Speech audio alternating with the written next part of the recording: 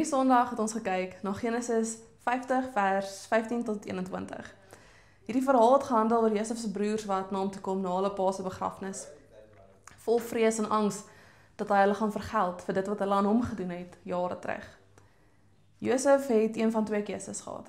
Hy kon hulle of vergeld en wraak neem teenoor hulle, of hy kon hulle vergewe. Josef kies die opsie wat heeltemal onverwags was, en hy kies om hulle te vergewe. Hy kon dit doen, omdat hy die verbond in sy hart gedra het. Omdat hy kon terugkyk oor sy lewe en kon besef, maar selfs al het al hierdie slegte goed met hom gebeur, het God hom nie verlaat nie.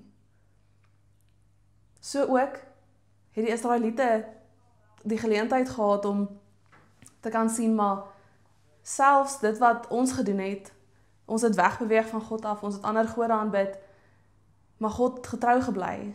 Hy het oor en oor aan ons beloof dat ons sy volk is, ons sy mense is en dat hy ons God is. Vandag is vergifnis vir ons ook 'n moeilike ding.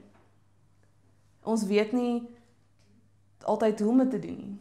En ons voel dat ons gebrokenheid, dit wat alles met ons gebeur het, ons nie in staat stel om te kan aanbeweeg met ons lewens nie.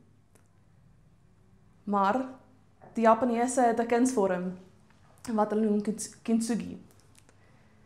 En hierdie kunsvorm laat my baie dink aan hoe God teenwoordig is in ons lewens en hoe hy dit vir ons moontlik maak om aan te beweeg, om te vergewe en om iets mooi te maak van dit wat sleg was. Hierdie kunsvorm behels dit dat jy 'n gebreekte pot vat en daar waar hy gekraak of gebreek was, goud insit. Wat ek dink baie mooi metafoor is vir hoe God ook in ons lewens kom en kom volmaak dit wat gebreek was of dit wat leeg was.